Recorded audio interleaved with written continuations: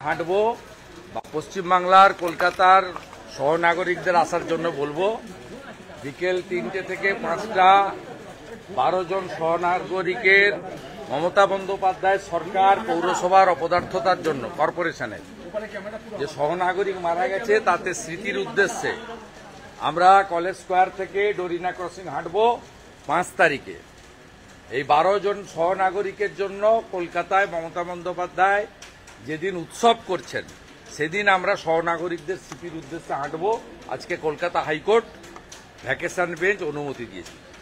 এভাবে কার্নিভালের নামে রাস্তা যা পারে করে নিক, শেষ বছর, আগামী বছর আর এগুলো হবে না। আগামী বছর বাঙালি সংস্কৃতি বাঙালি অস্মিতার উত্থান ঘটবে, কোনো আর্টিফিশিয়াল কিছু ঘটবে না।